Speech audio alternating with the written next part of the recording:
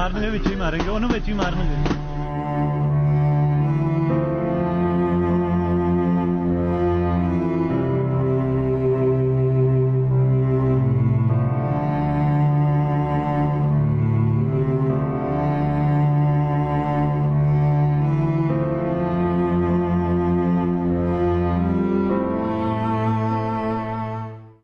अस्सलाम वालेकुम। पाकिस्तान में मावराए अदालत कत्ल बहुत बुरी और भयानक तारीख है इसकी। पाकिस्तान में ख़ास तौर पर दो सूबे इस मामले में बहुत बदनाम हुए हैं, एक पंजाब और दूसरा सूबा सिंध। और राव अनवार हो उधर या इधर पंजाब के अंदर शहबाज शरीफ हो या कोई और वज़ीर आला हो, जब भी हालात की बेहतरी का काम आता है तो पता चलता है कि आज शेखुपुरा के नवाब में पुलिस मुकाबले में 6 लोग मारे गए, 6 दहशतगर्द मारे गए। आज वहाँ सरगोदा के साइड पे एक मुकाबला हुआ, वहाँ 10 लोग मारे गए, दहशतगर्द थे, दहशतगर्दी की कार्रवाई में जा रहे थे। जब वाक़या होता है उस वक्त पता नहीं चलता, लेकिन जब ये एक्स्ट्रा जुडिशल किलिंग्स होती हैं, पिछले चंद सालों का डेटा अखबारात में छपा हुआ है, तो अगर वो नंबर्स दुरुस्त हैं तो उसके मुताबिक तो यह है कि 3,500 के करीब लोग हैं जो सूबा सिंध और सूबा पंजाब के अंदर मावराए अदालत जो कत्ल हुए हैं, पुलिस मुकाबलों के अंदर एक्स्ट्रा जुडिशली जिनको किल किया गया है। तो इसकी कोई अगर तहकीक की जाए तो मुझे पता ये चलता है कि ये जितने हमारे हुक्मरान तबके के लोग पंजाब में और सूबा सिंध में हुकूमत करते रहे, ख़ास तौर पर वज़राए दाखिला जो आईजीज़ पुलिस के रहे या और जो मोतबर ओहदों पर कायम शख्सियात थीं, उन सारों की अगर तहकीक की जाए तो सब के ख़िलाफ़ क्रिमिनल नेगलिजेंस का केस तो ज़रूर बनता है, और कुछ बनता है या नहीं बनता।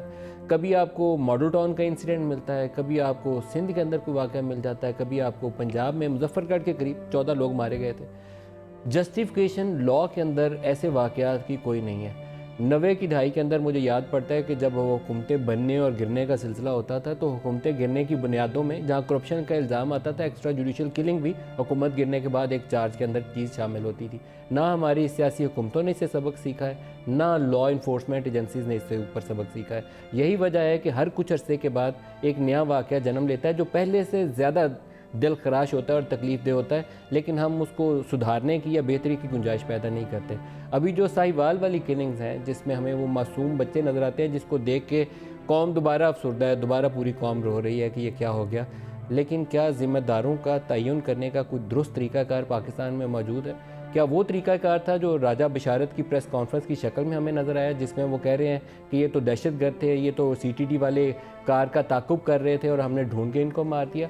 या वुज़रा के वो मुतज़ाद बयानात हैं जो पहले तो 4 दहशतगर्द मारने से शुरू हुए, फिर कहा नहीं एक ड्राइवर जो था वो दहशतगर्द था, बाकी लोग सारे साथ गलत फहमी की बुनियाद पर मारे गए। वज़ीर आज़म का बयान कुछ कहता है, चीफ मिनिस्टर का बयान कुछ और कहता है, लेकिन बुनियादी तौर पर सारे तज़ादात का शिकार हैं। कुछ लोग झूठ बोलकर पर्दापोशी की कोशिश कर रहे हैं और ये इससे बड़ा जुल्म है। जिन्होंने मारा है वो तो एक जुल्म है, जो पर्दापोशी की कोशिश कर रहे हैं वो उससे बड़ा जुल्म है। मॉडल टाउन में जो लोग मुलव्वस थे, अगर हम उनको सज़ा दे देते तो शायद ये दिन देखना ना पड़ता।